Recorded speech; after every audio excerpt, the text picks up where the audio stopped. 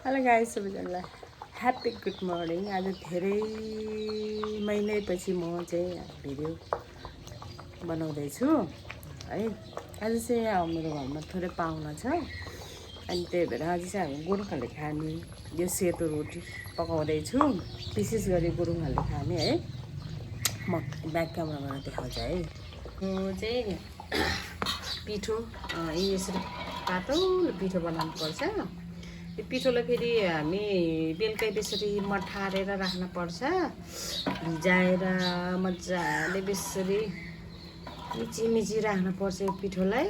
अनि बिहान चाहिँ यसो मिलाएर अनि यो भाँडामा हाल्छौँ। अनि यसरी हालेर हामी यो पाक्दैछ, यहाँ पाक्नु आँटेको यो है। अनि यस्तो रोटी पकाउँदैछु म। यसरी मिठो हुन्छ, हजुरहरू पनि खाना आउनु होला। मैले हिजो पिठो मुच्दैदेखि भिडियो बनाउनु भनेको खिचिदिने मान्छे छैन, अनि त्यही भएर यसरी पकाउँछौँ हामी। आगो सानो गरेर एकदम धेरै टाइम लाग्छ क्या यो पाक्नलाई। ल खाना आउनु होला।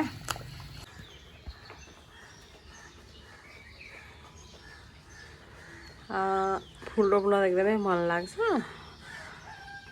तर त्यति हुँदैन कि फेरि मेरो घरमा।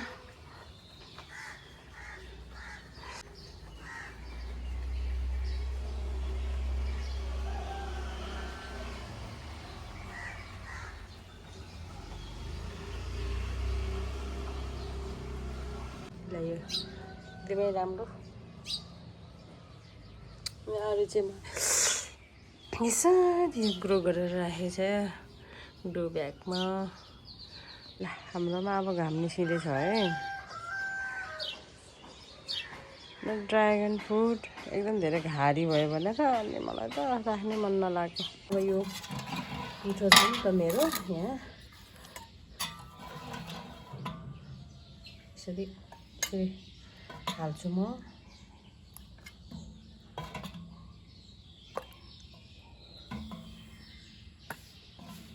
यति हाल्नु मेरो ठिक हुन्छ।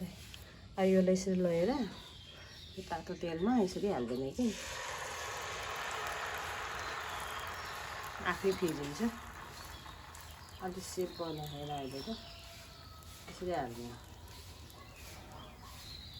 ल यसलाई अब म रोटी झिक्छु, अघि हालेको रोटी।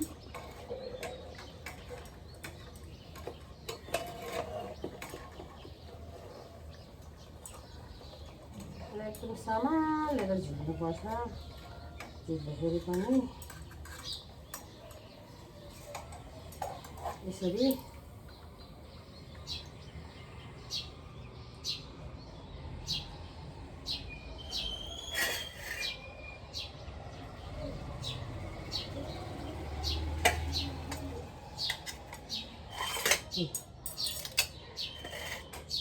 हेर्दै यस्तो रोटी बन्छ कि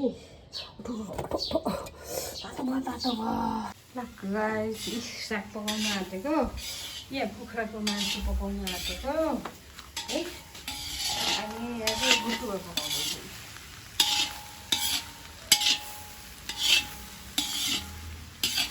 खानु गुटुवा